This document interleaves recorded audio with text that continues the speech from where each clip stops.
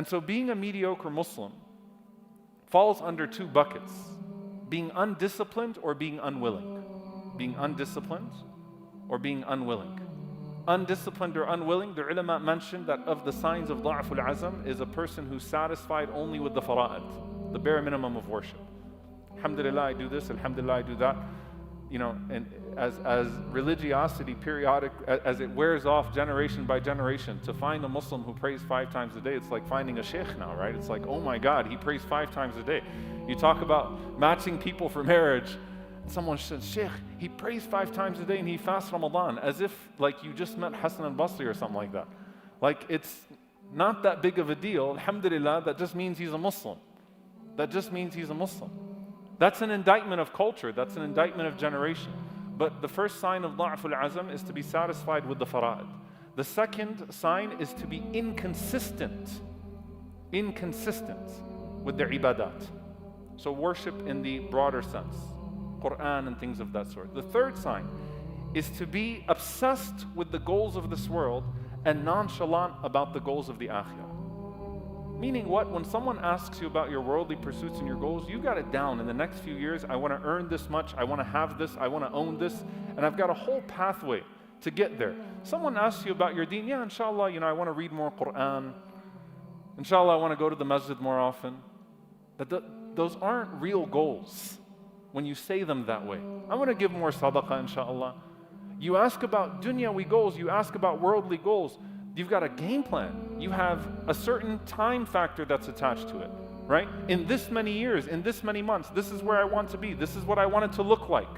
But when you talk about your worldly goals, they're unstructured, they're abstract, they're ambiguous.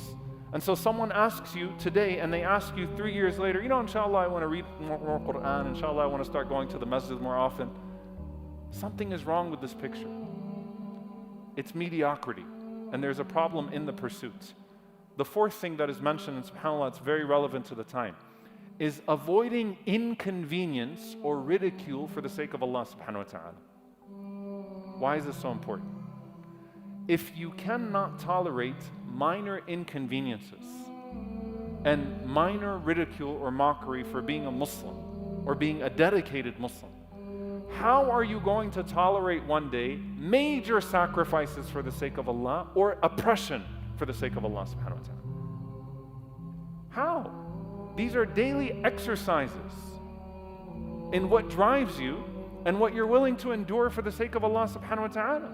So when the inconvenience shows itself, or the minor mockery, the minor ridicule shows itself with being a Muslim or being a dedicated Muslim amongst Muslims perhaps that don't practice certain things, you endure that because you know that there might come a day that you'll have to make a major sacrifice for the sake of Allah subhanahu wa ta'ala. Someone might oppress you because of your deen.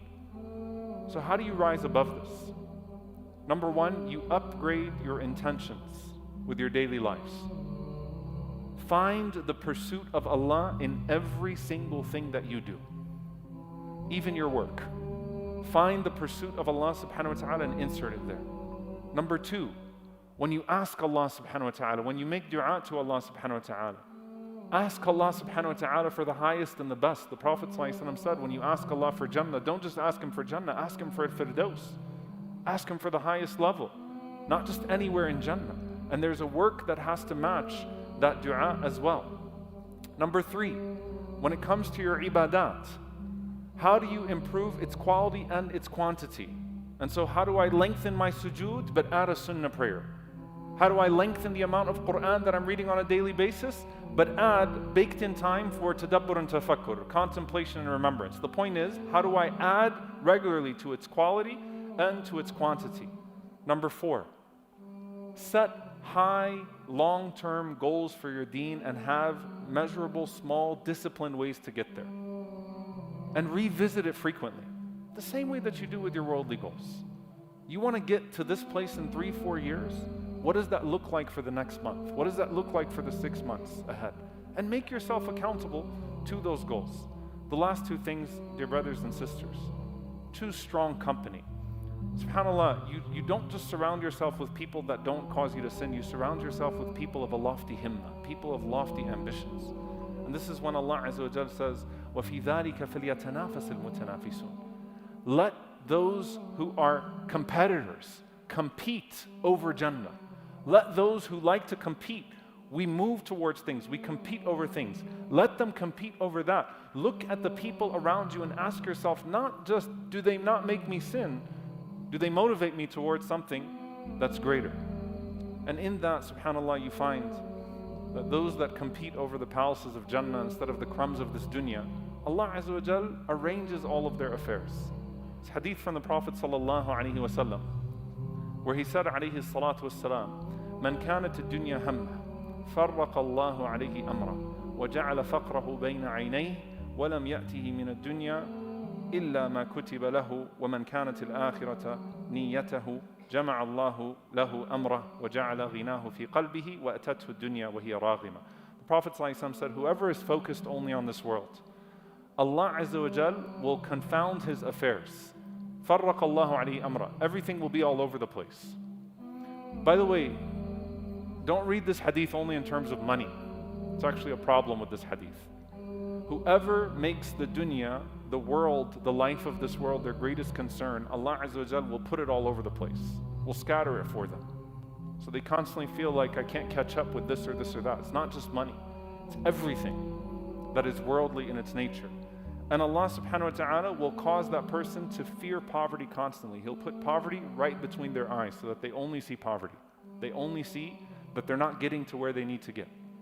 And the Prophet ﷺ said, whoever pursues the hereafter, whoever pursues the akhirah, Allah Azza wa Jal will gather their affairs for them. وَأَتَتْهُ الدُّنْيَا وَهِيَ رَاغِمَةٌ. And he has richnesses in his heart, and it's like the world is chasing after that person. Allah Azza wa Jal is arranging their affairs for them. To tell you that when you dedicate your affairs to Allah subhanahu wa ta'ala, you entrust Allah Azza wa Jal to the things that you're naturally having to sacrifice for His sake. Like, I don't have as much time to do this because I'm doing this now. I don't have as much to spend on this because I'm spending on this now. Allah subhanahu wa ta'ala will do your books for you. Allah Azza wa Jal will put those affairs in order for you. And Allah subhanahu wa ta'ala will gather it for you in your heart. And the last thing in this regard, you know, subhanAllah, you talk to a kid and you say, what do you want to be when you grow up? Oh, you know, I want to be this, I want to be that. What do you want to do later on in your life? Oh, I want to do this, I want to do that. There's something about the people of Gaza and the people of Palestine that are there right now and holding it down in Ribat. That young child that walks around knows in his mind or in her mind that one day I'm going to free Masjid al-Aqsa. That your purpose is beyond simply growing up to reach your graduation. That you have a responsibility, that there's something greater than your individual pursuit as it relates to your community on this earth. And so I'm going to ask you all a very serious question that inshallah ta'ala you'll take with you. What's your ummah goal? Every single person should have an ummah goal. At least one, a big goal. If I was to ask you, what is your ummah goal? What is it? What are you giving back to the ummah? What do you want to put into this ummah? What is your ummah goal? And then you write all the details under that. May Allah subhanahu wa ta'ala make us people that are pleasing to Him.